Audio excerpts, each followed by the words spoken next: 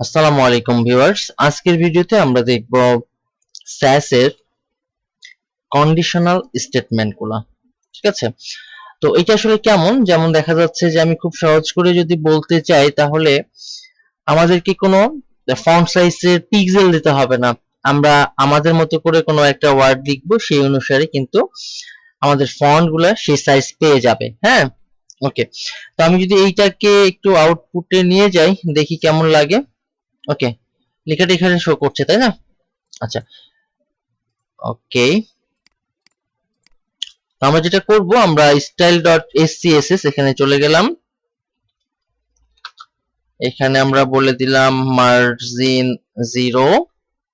আমি এর কাজ করি তাহলে আপনারা খুব সহজে এগুলো বুঝতে পারবেন। হ্যাঁ, প্যাডিং 0। হ্যাঁ, ওকে। এবার এখানে করে দেব কি, বক্স সাইজিং কি, বর্ডার বক্স।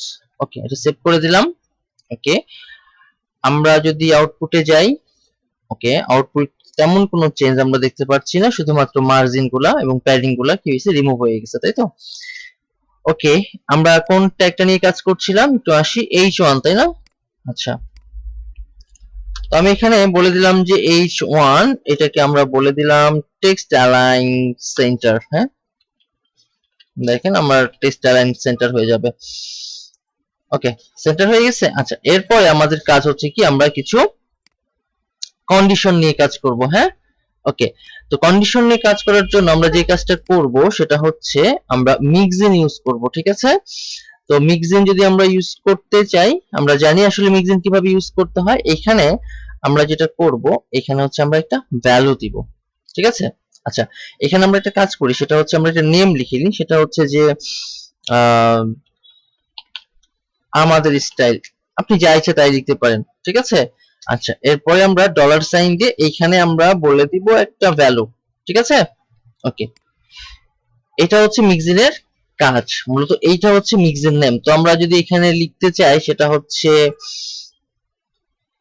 আমাদের স্টাইল, অনেক বড় হয়ে যাচ্ছে, তাই না? ওকে,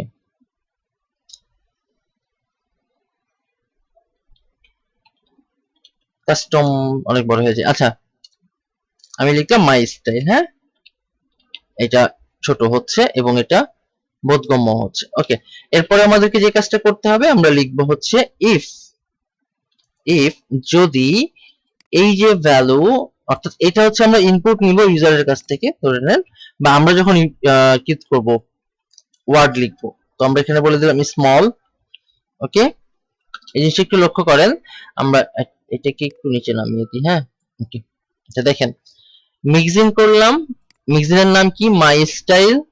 আমরা একটা ভ্যালু, অর্থাৎ আমরা নিচে যখন ভ্যালু দেব তখন এই ভ্যালুটা এখানে গিয়ে হিট করবে। হ্যাঁ, যদি if value equal equal small হয়, তাহলে আমরা বলে দিব ফন্ট সাইজ, দেখা যাচ্ছে আমি বলে দিচ্ছি 25 পিক্সেল, যদি স্মল হয়। এটা আমরা কিন্তু কম বেশি করতে পারবো। হ্যাঁ, আচ্ছা, এরপরে আমরা কি করব, যে ইফ যদি এটা হয়, আমরা এখানে আরেকটা করতে পারি, সেটা হচ্ছে ইলস ইফ। হ্যাঁ, যদি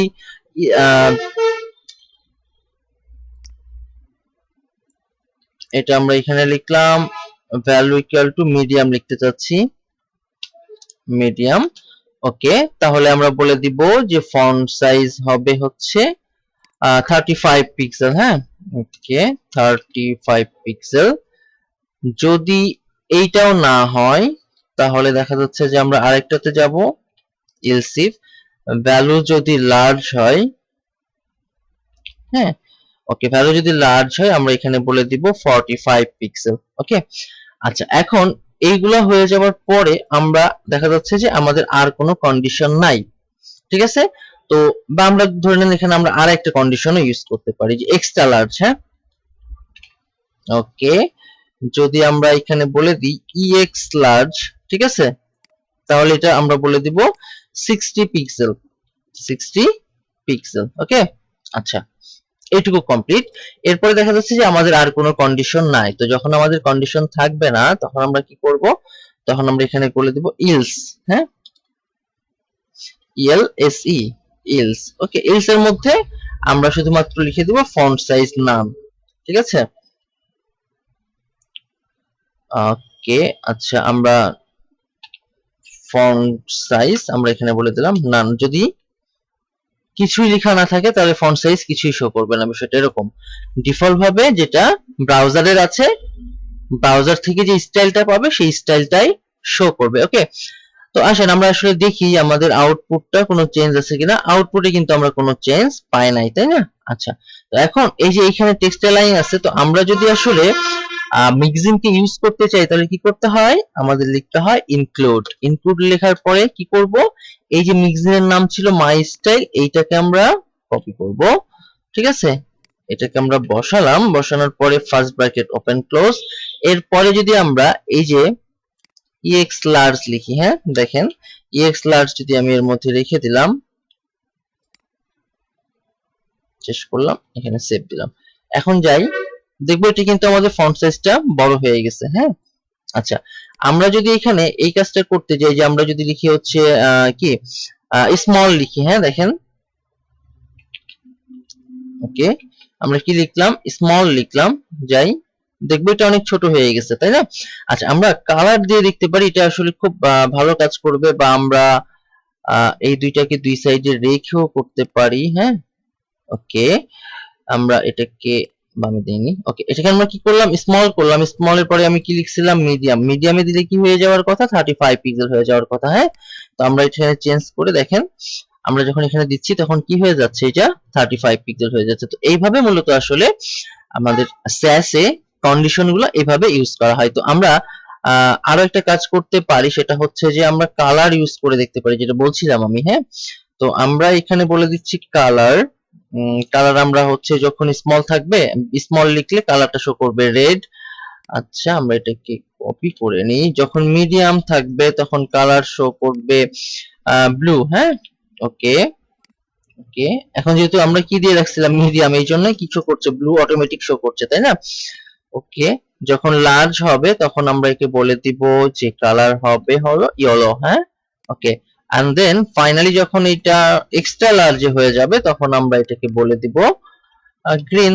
ওকে, তাহলে কি দেখেন যে আমরা কন্ডিশন গুলো একবার তৈরি করে নিচ্ছি। এটা আমি যদি খুব সহজ করে বলি তাহলে এটাই বলবো আমি, যে দেখা যাচ্ছে যে আমরা যখন রেসপন্সিভ করতে যাই সেক্ষেত্রে অনেক ক্লায়েন্টের বা অনেক বায়ারের এই ধরনের রিকোয়ারমেন্ট থাকে যে আমার স্ক্রিন যখন ছোট হবে তখন আমার স্টাইল গুলো চেঞ্জ হবে।